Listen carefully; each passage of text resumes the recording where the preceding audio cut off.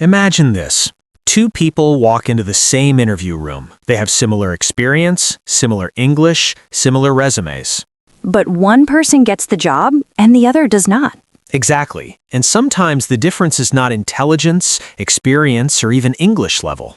Sometimes the difference is just a few bad habits. Yes, small habits that seem harmless can completely ruin the way an interviewer sees you. That is honestly scary because a lot of people probably do these things without even realizing it. Exactly. Maybe they interrupt too much, maybe they avoid eye contact, maybe they complain about their old job, maybe they arrive late, speak too quietly, or check their phone during the interview. Oh wow, just hearing those things already feels uncomfortable. Because deep down, we all know first impressions matter, and in interviews, small details can create very big problems.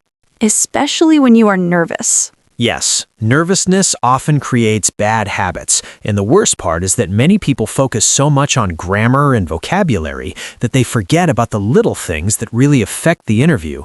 That is such a good point. So today on Talk Easy Daily, we're talking about 20 bad habits that ruin job interviews.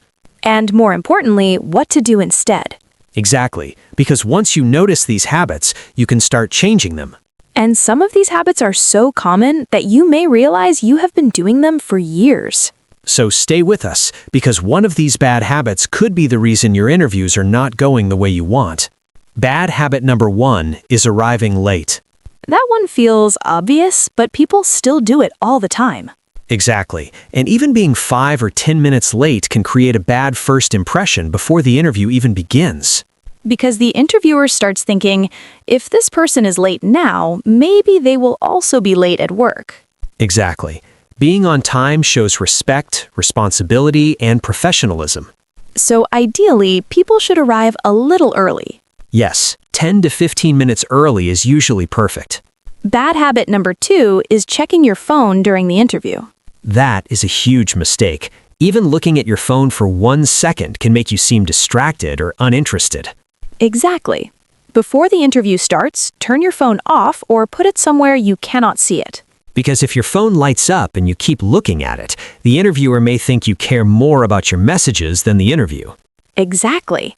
Bad habit number 3 is interrupting the interviewer. Oh, wow, that can make someone seem rude very quickly.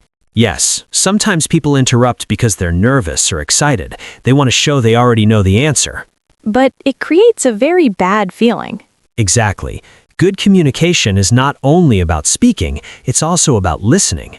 So if the interviewer is talking, let them finish. Exactly. Then answer calmly. Bad habit number 4 is talking too much. This is a huge one. Some people answer every question with a 5-minute story. And halfway through the answer, they forget what the original question was. Exactly. Long answers can make you seem unfocused. So what is the better approach? Keep your answers clear and organized. Answer the question, explain your reason, and give an example if needed. So not too short, but not too long. Exactly. Bad habit number 5 is giving one-word answers. That's the opposite problem.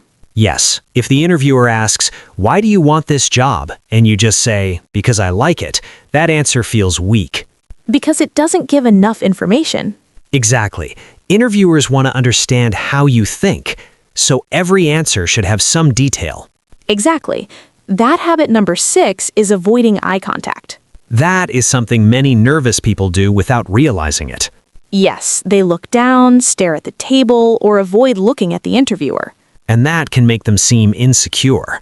Exactly. You don't need to stare at someone constantly, but natural eye contact helps you seem more confident. Bad habit number 7 is having bad posture. Yes, sitting with crossed arms, looking down, or trying to disappear in the chair can make you seem nervous and unconfident. So sitting up straight already changes the way people see you.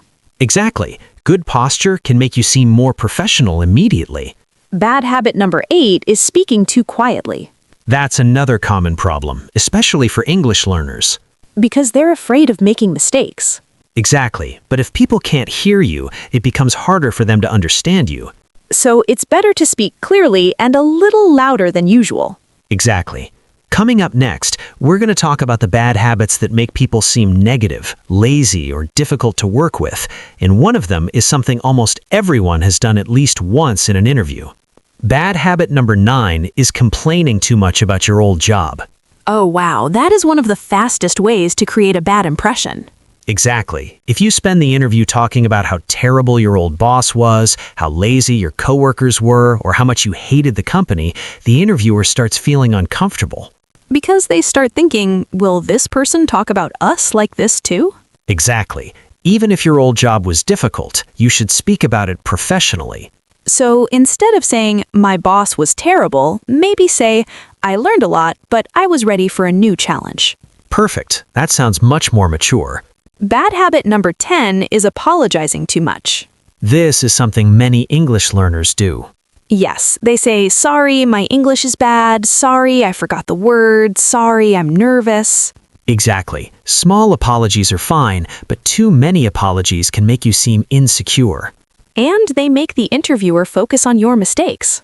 Exactly. Instead of apologizing again and again, just correct yourself and continue. That sounds much more confident. Bad habit number 11 is using too many filler words. Words like like, and you know. Exactly. Everyone uses them sometimes, but if every sentence is full of filler words, you can sound nervous and unsure. So what should people do instead? Pause. A short pause is much more powerful than saying 5 times. That is such a useful tip. Bad habit number 12 is acting like you know everything. Oh wow, that can make someone sound arrogant very quickly. Exactly. Some people try too hard to sound confident. They say things like, I already know everything about this job, or there's nothing new for me to learn. But companies want people who are open to learning. Exactly. Confidence is good, but arrogance is dangerous. Bad habit number 13 is speaking badly about yourself. This is another very common problem. People say things like, I'm bad at interviews, my English is terrible, or I'm not good enough. Exactly. Even if you feel nervous, you shouldn't destroy your own confidence out loud. Because if you don't believe in yourself, the interviewer may not believe in you either. Exactly. Bad habit number 14 is not researching the company. That one can make you seem very unprepared. Yes, if the interviewer asks, what do you know about our company? And you say, not much, that creates a terrible impression. Because it sounds like you didn't care enough to prepare. Exactly. Even 5 or 10 minutes of research can make a huge difference. Bad habit number 15 is dressing in a way that looks too casual. This is important because people notice your appearance immediately. You don't always need a suit, but you should still look clean and professional. Exactly. Looking too casual can make you seem less serious. Bad habit number 16 is forgetting to smile. That's such a simple thing, but it matters so much. Because nervous people often look very serious without realizing it. Exactly. A small smile can make you seem friendlier, warmer, and easier to talk to. Bad habit number 17 is not asking any questions at the end. That's such a missed opportunity. Because when you say, no, I don't have any questions, it can make you seem uninterested. Exactly. Asking thoughtful questions shows curiosity and preparation. Like asking, what does success look like in this role? Perfect. That's a great question. Bad habit number 18 is lying or exaggerating. Oh yes, that is a dangerous one. Because sometimes people think they need to sound more impressive than they really are. Exactly. But if you lie about your experience, your skills, or your level of English, it may become very obvious later. And once people stop trusting you, it is very hard to fix that. Exactly.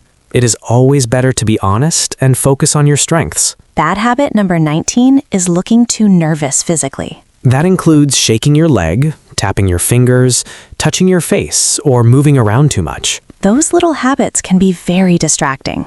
Exactly. That is why it is helpful to practice in front of a mirror or record yourself before the interview. Because you may notice habits you did not know you had. Exactly. Bad habit number 20 is giving up too easily during the interview. What do you mean? Some people make one small mistake and then mentally quit. Oh, wow, that is so true. Maybe they forget one word, make one grammar mistake, or answer one question badly. And then they think, that is it. I ruined everything. Exactly. But one small mistake does not ruin an interview. Most of the time, the interviewer probably doesn't even care as much as you think. Exactly. The important thing is to stay calm and keep going. And viewers, if you recognize yourself in any of these bad habits, do not worry. Almost everyone has done at least a few of them. Absolutely. The goal is not to feel embarrassed. The goal is to improve. And coming up next, we're going to talk about real interview stories where these bad habits completely changed the outcome. And some of those stories are going to feel very familiar. Let me tell you about someone named Rachel. Okay. Rachel was interviewing for a customer service job.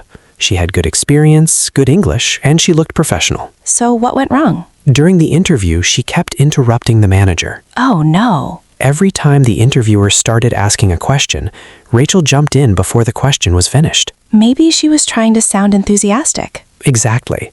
She probably thought she looked confident and prepared. But instead, she probably looked impatient. Exactly.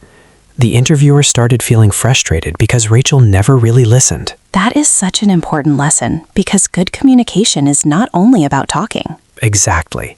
It is also about listening. So even if you know what the interviewer is about to ask, let them finish. Exactly. Here's another story. A man named Brian went to an interview for an office position. Okay. Brian arrived 8 minutes late. That already sounds bad. It was. And when he walked in, he said, "Sorry, traffic was terrible." Which might have been true. Yes, but the interviewer was already thinking, why did this person not leave earlier? Because being late makes people look unreliable. Exactly. Then during the interview, Brian checked his phone 2 times. Oh, wow. Once when it vibrated, and once when a message appeared on the screen. That is such a bad habit. Exactly.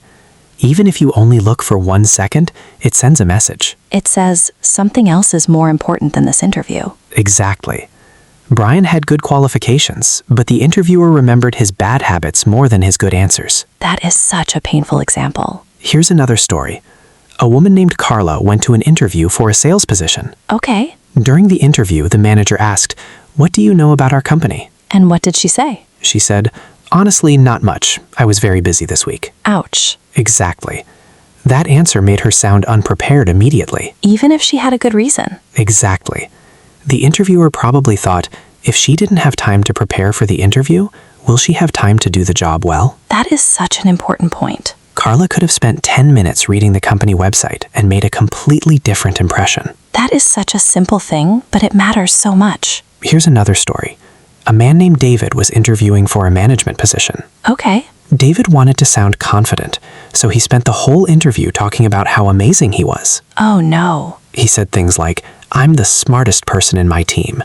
Nobody works harder than me, and I always know the best way to do things." That sounds very arrogant. Exactly. Confidence is attractive, but arrogance is uncomfortable. Because nobody wants to work with someone who thinks they know everything. Exactly. The interviewer started feeling that David would be difficult to manage and difficult to work with. So instead of trying to sound perfect, it is better to sound balanced. Exactly. You can be proud of your strengths without sounding arrogant. There is another story that I think many viewers will recognize. Which one? Someone makes one small mistake and then completely lose confidence. Yes. Let me tell you about a woman named Sophia. Okay. Sophia was doing well in an interview. Then she forgot one English word. That happens to everyone. Exactly. But Sophia immediately panicked. She said, "Sorry, my English is terrible. I'm really bad at interviews." Oh no. After that, she became quieter, more nervous, and less confident. Even though the interviewer probably didn't care about that one missing word. Exactly. Sophia ruined her own confidence because of one small mistake. That is such an important lesson. Because sometimes the biggest problem is not the mistake itself. It is the way people react to the mistake. Exactly. A calm person says, "Sorry, I forgot the word," then continues. But a nervous person starts apologizing again and again. Exactly. And suddenly one small mistake becomes the center of the interview. Here's another story that happens all the time. Someone gives very short answers because they're nervous. Yes. Let us talk about a man named Kevin. Okay. The interviewer asked Kevin, "Why do you want this job?" And what did he say? He said, "Because I need money." Oh, wow. Then the interviewer asked, "Why do you think you are a good fit for this role?" Let me guess. Another short answer? Exactly.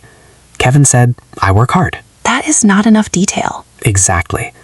Kevin was probably nervous, but his answers made him sound uninterested and unprepared. Because short answers can sometimes feel cold. Exactly. Interviewers want to understand your thinking. So even simple answers should include some detail. Exactly. Here's another painful story. A woman named Natalie went to an interview and forgot to ask any questions at the end. That seems small, but I know it matters. It matters a lot. The interviewer said, "Do you have any questions for us?" And she said no. Exactly. The interview ended very quickly after that. And it probably made her seem less interested. Exactly. If Natalie had asked even one simple question, like, "What does a normal day in this role look like?" she would have sounded much more engaged. That is such a simple change. It is. And sometimes simple changes create huge differences. And viewers, if you have ever made one of these mistakes, do not worry. Almost everyone has at least one painful interview story. The important thing is to learn from it. Exactly. Because every bad interview teaches you something useful. And next, we are going to talk about advanced strategies to help you break these bad habits before your next interview. And some of these strategies are so simple that you can start using them today. One advanced strategy that can help you break bad interview habits is recording yourself before the interview. That sounds uncomfortable, but probably very useful. It is extremely useful. Many people have no idea how they actually sound or look during an interview. They may think they sound confident, but maybe they speak too quietly. Exactly. Or maybe they use too many filler words. Maybe they avoid eye contact. Maybe they move too much with their hands. And recording yourself helps you notice those things. Exactly. You can answer common interview questions on your phone and then watch the video. That sounds a little painful. It can feel strange at first, but it is one of the fastest ways to improve. Because once you notice a bad habit, you can start fixing it. Exactly. Here's another strategy. Practice with another person instead of always practicing alone. Because interviews are conversations. Exactly. When you practice with another person, you get used to answering unexpected questions. And you also get used to listening, not only speaking. Exactly. That can help you avoid interrupting and talking too much. There is another strategy that can help people who speak too quickly. Which one? Slowing down on purpose. Yes. Nervous people often speak too fast because they want to finish quickly. But when you speak too fast, you make more mistakes. Exactly. You may skip words, forget ideas, or become harder to understand. So speaking a little slower can actually make you sound more confident. Exactly. Slow speech sounds calm. Calm speech sounds professional. Here is another good strategy. Prepare examples and stories before the interview. That is such a powerful one. Because many people panic when the interviewer asks, "Tell me about a time when..." Exactly. Questions like, "Tell me about a time you solved a problem. Tell me about a challenge," or "Tell me about a mistake you made." Those questions become much easier if you already have a few stories prepared. Exactly. You do not need 20 different stories. You only need a few good examples from your experience. Like a time you solved a problem, worked with a team, handled pressure, or learned from a mistake. Exactly. Then you can adapt those stories to different questions. That sounds much easier than trying to think of everything during the interview. Exactly. Another strategy is to prepare positive replacement phrases. What do you mean? Think about the negative things you often say when you are nervous. Like, "Sorry, my English is bad." Exactly. Then create a better version. Like, "English is not my first language, but I communicate well and I keep improving." Perfect. Or instead of saying, "I'm bad at interviews," you can say, "I'm excited to be here today." That sounds so much stronger.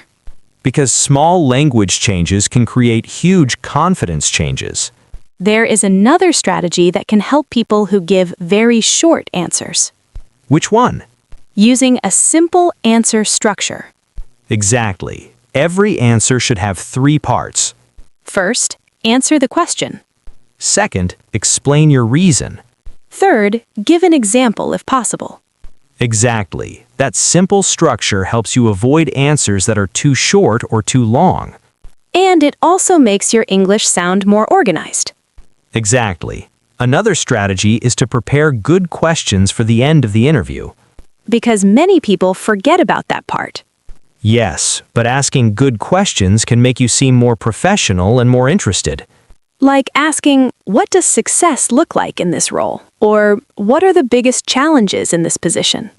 Exactly. Those questions show curiosity and confidence. There is another strategy that can help people who get nervous physically. Which one? Taking a few deep breaths before the interview starts. That sounds simple, but it really works. Because when people are nervous, their breathing becomes fast and shallow. Exactly, and that can make you speak too quickly, forget words, or feel more stressed. So even 30 seconds of deep breathing can help. Absolutely. Another good idea is to arrive early and sit quietly for a few minutes before the interview. Because if you arrive at the last second, your stress level is much higher. Exactly. Arriving early gives you time to calm down and focus. There is another important strategy. Stop expecting perfection. That is such a powerful one. Because many people think one small mistake means the whole interview is ruined. Exactly. But most interviews aren't ruined by one huge mistake. They're ruined when people lose confidence after the mistake. Exactly. If you forget one word, make one grammar mistake, or answer one question badly, do not panic. Just continue.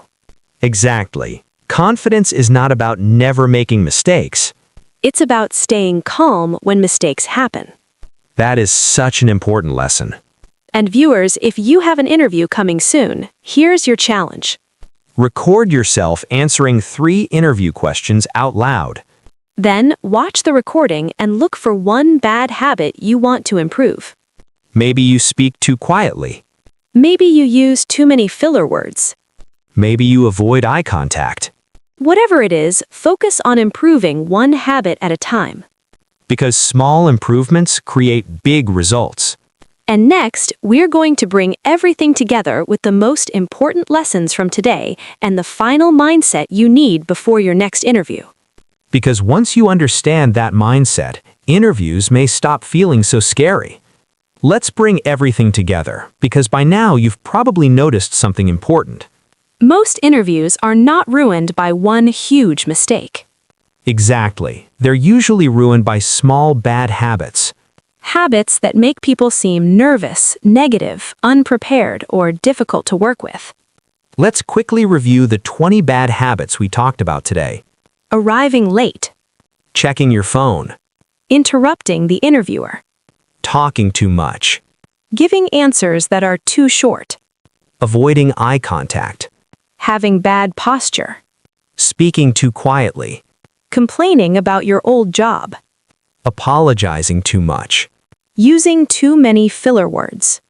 Acting like you know everything. Speaking badly about yourself. Not researching the company. Dressing too casually. Forgetting to smile. Not asking questions at the end. Lying or exaggerating. Looking too nervous physically. And giving up after one small mistake. That is such a powerful list because I think almost everyone has done at least a few of those things before. Absolutely, and that's okay. Because the goal is not to feel embarrassed. The goal is to become more aware. Because once you notice a bad habit, you can start changing it. Exactly. And remember this, interviewers are not looking for perfect people. They're looking for people who communicate well. People who stay calm under pressure. People who can learn from mistakes. People who seem positive and professional. And people who are pleasant to work with. Exactly. That's why attitude matters so much in interviews. Because sometimes the person who gets the job